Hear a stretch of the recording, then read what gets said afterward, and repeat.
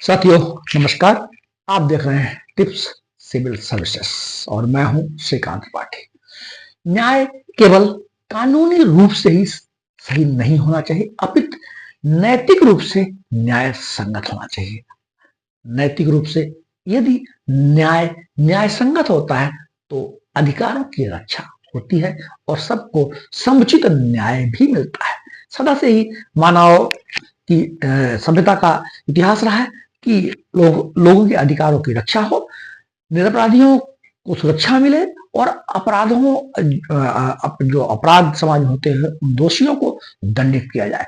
भारतीय सभ्यता में अगर देखें तो प्राचीन काल में वेद, उपनिषद और ऐसे धर्मशास्त्र थे जो कि जिनमें न्यायिक प्रणालियां निहित थी। कौटिल्य का अर्थशास्त्र जिसमें संगठित रूप से न्याय प्रणाली की विवेचना की गई है। मनुस्मृति और यज्ञवालक स्मृति, इसमें भी न्यायिक व्यवस्थाएं देखने को मिलती है। और आगे भी दिल्ली सल्तनत और मुगलकालीन सभ्यताओं में मुहत्सिब, काजी और ऐसे जो न्याय के रक्षक थे, ऐसी व्यवस्थाएं की गई थी। भारत में संगठित रूप से न्यायिक प्रणाली का विकास ब्रिटिश शासन काल में भी देखने को मिलता है। सन 1773 में रेगुलेटिंग एक्ट लेकर के आया, जिसमें जिसके तहत 1774 में एक सुप्रीम कोर्ट की व्यवस्था की गई। यद्यपि वर्तमान का जो सुप्रीम कोर्ट की व्यवस्था है उससे भिन्न व्यवस्था थी। 1793 में कार्नवालिस कोड आया। लॉर्ड कार्नवालिस के समय में लॉर्ड कार्नवालिस ने न्यायिक सुधार किए और प्रशासनिक और न्यायिक व्यवस्था को पृथक किया। 1861 में आईपीसी भारतीय दंड संहिता आई, जो कि अब उसका नाम बदल दिया गया है, और उच्च न्यायालय अधिनियम आ गए जिसके अंतर्गत मुंबई, कलकत्ता और मद्रास प्रेसिडेंसियों में उच्च न्यायालय की स्थापना की गई। 1935 के अधिनियम से संघीय न्यायालय की स्थापना की गई। देश आजाद हुआ। देश आजाद होने के पश्चात संविधान लागू हुआ और संविधान के अध्याय 5 में न्यायपालिका का विस्तृत विवरण है। भारतीय संविधान में न्यायपालिका के 3 स्तर हैं। सबसे जो सुप्रीम है तो सुप्रीम कोर्ट है। इसके बाद प्रत्येक राज्य में या 2 से अधिक राज्य भी हो सकते हैं, 2 या 2 से अधिक राज्यों में भी उच्च न्यायालय होते हैं और इनके नीचे अधीनस्थ न्यायालय, डिस्ट्रिक्ट कोर्ट्स और मजिस्ट्रेट के न्यायालय होते हैं। और अब ग्राम न्यायालय की अवधारणा भी लागू कर दी गई है। तो इस तरह भारतीय संविधान के अनुच्छेद, अगर हम संविधान के अनुच्छेदों की बात करें तो संविधान के अनुच्छेद 124 से लेकर के 237 तक आप न्यायपालिका के संबंध में देख सकते हैं। न्यायपालिका जो सुप्रीम कोर्ट, हाई कोर्ट और अधीनस्थ न्यायालयों की चर्चा की गई है। न्यायपालिका वर्तमान में चर्चा का विषय भी है और ऐसी उम्मीद की जाती है कि न्यायपालिकाओं के द्वारा मानव सभ्यता के लिए और संपूर्ण मानवीय समाज के अधिकारों के संरक्षण के लिए, संविधान की सुरक्षा के लिए सदा ही समर्पित रही हैं।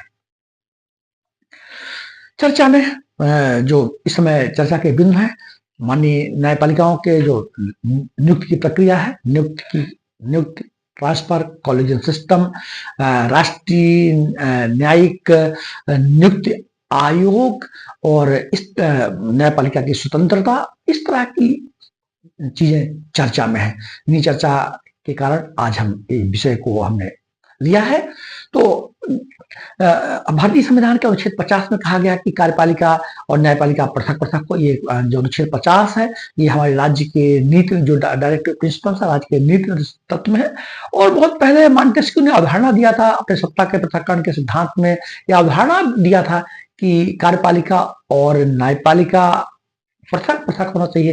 यह सत्ता के पृथक्करण का सिद्धांत है।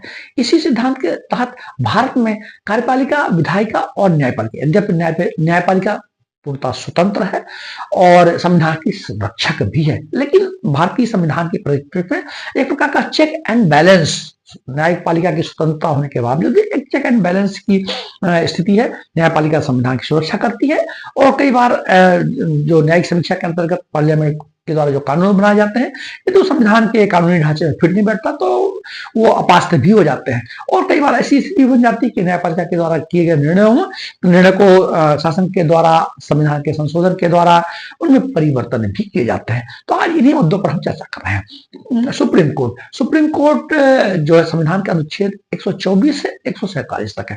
सर्वोच्च न्यायालय जिसका मुख्यालय दिल्ली में है, यह भारतीय न्यायिक व्यवस्था का सर्वोच्च निकाय है और संविधान की का संरक्षक भी है। इसमें चीफ जस्टिस ऑफ इंडिया और 34 अन्य जो न्यायाधीश होते हैं और इनकी नियुक्ति राष्ट्रपति के द्वारा कॉलेजियम के परामर्श से की जाती है।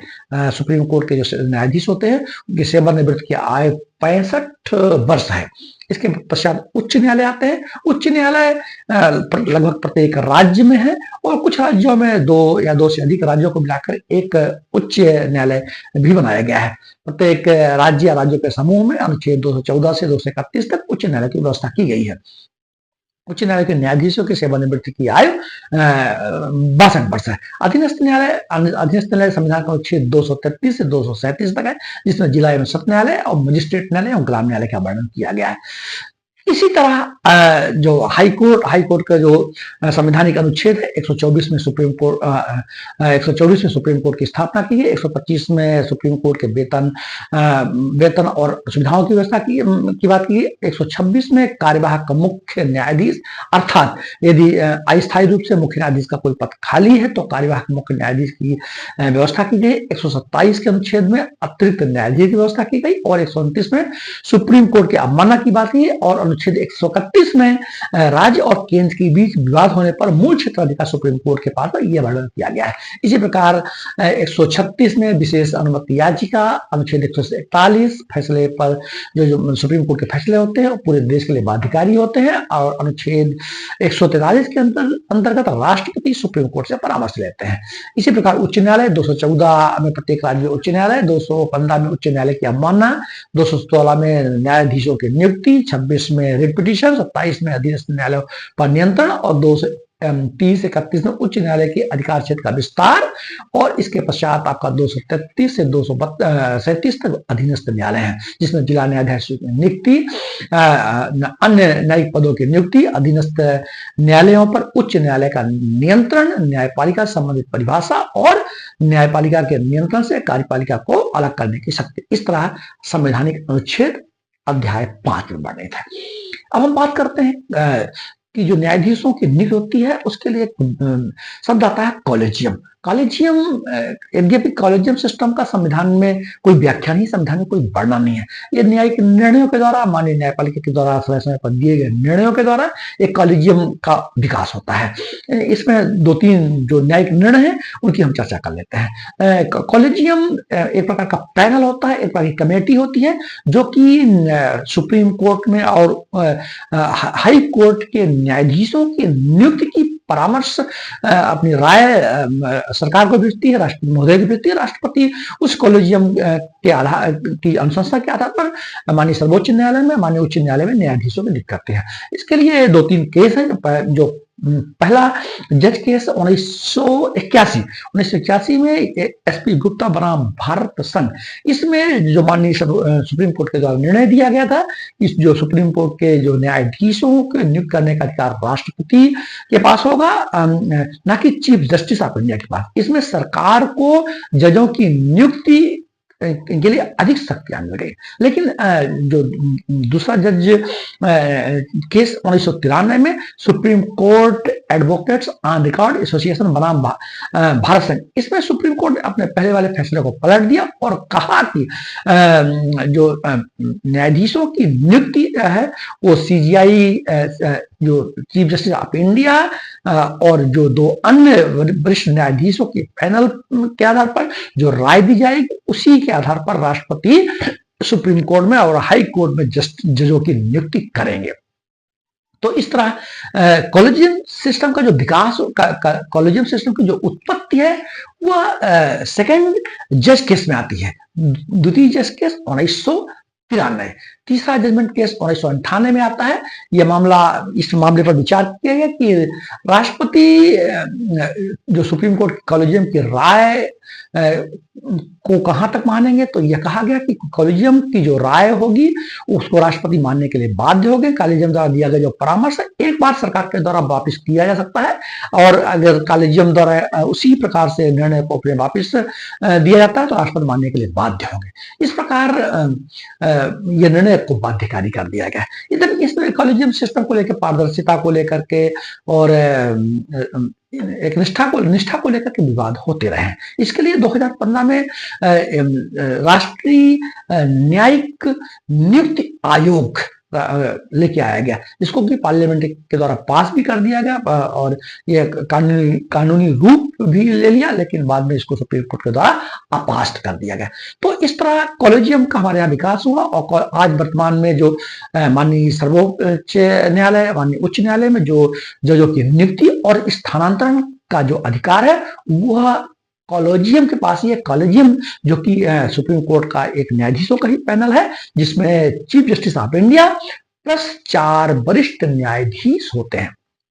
कोई अगर किसी प्रकार के न्यायाधीशों पर किसी प्रकार का आक्षेप और आरोप लगता है, जैसे कि अभी चर्चा में भी ऐसे कुछ आक्षेप और आरोप लगे, उसके लिए जांच की प्रक्रिया होती है, इसे इन हाउस प्रोसेस कहते हैं। इन हाउस प्रोसेस में न्यायपालिका की गरिमा को बनाए रखने के लिए न्यायपालिका के द्वारा ही यह अगर किसी पर किसी प्रकार के भ्रष्टाचार के या कोई ऐसा आरोप, अक्षमता का या साबित कदाचार को लेकर कोई आरोप लगता है तो इन हाउस प्रोसेस के तहत माननीय सुप्रीम कोर्ट के द्वारा जांच कराई जाती है। इस जो अगर किसी न्यायाधीश पर कोई गंभीर आरोप लगा हुआ है तो चीफ जस्टिस ऑफ इंडिया द्वारा इसकी शुरुआत की जाती है। एक जांच कमेटी बनाई जाती है जिसमें 3 वरिष्ठ न्यायाधीश होते हैं। आरोपों की जांच होगी और आरोपों की जांच होने के पश्चात एक दोषी कोई जस्टिस दोषी पाए जाते हैं तो इस्तीफे का भी प्रावधान है, और डिसिप्लिनरी अनुशासनात्मक कार्यवाही का भी प्रावधान है। और इन कार्य अगर